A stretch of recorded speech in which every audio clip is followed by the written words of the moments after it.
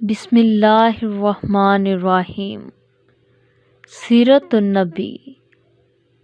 حضور صلی اللہ علیہ وسلم حضرت عبدالمطلب کی کفالت میں۔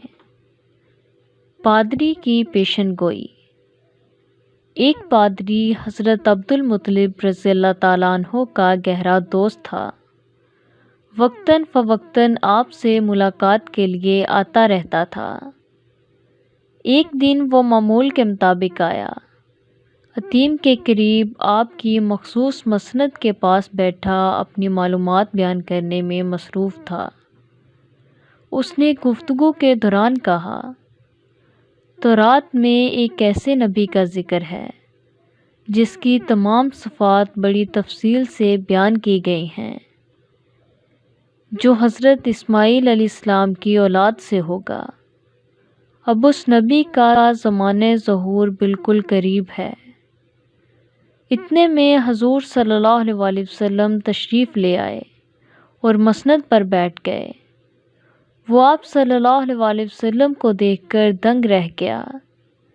آپ صلی اللہ علیہ وسلم کی آنکھوں میں تیرنے والے سرخ ڈوروں کا جائزہ لیا، پشت مبارک اور قدموں کو دیکھا اور وہ بے ساختہ چلا اٹھا، اے عبدالمطلب، یہی وہ نبی ہے، بتاؤ تمہارا کیا لگتا ہے؟ حضرت عبدالمطلب نے جواب دیا، میرا بیٹا ہے۔ پادری بولا، یہ نہیں ہو سکتا، اس کو یتیم ہونا چاہیے تھا۔ حضرت عبدالمطلب نے بتایا، ایسا ہی ہے، اس بچے کے ماں باپ فوت ہو چکے ہیں، میرا پوتا ہے۔ پادری نے کہا، اس کی حفاظت کرو۔ حضرت عبدالمطلب نے اپنے بیٹوں کو مخاطب کیا، سن رہے ہو، اپنے بھتیجے کا خیال رکھا کرو تاکہ کوئی دشمن گزند نہ پہنچا سکے۔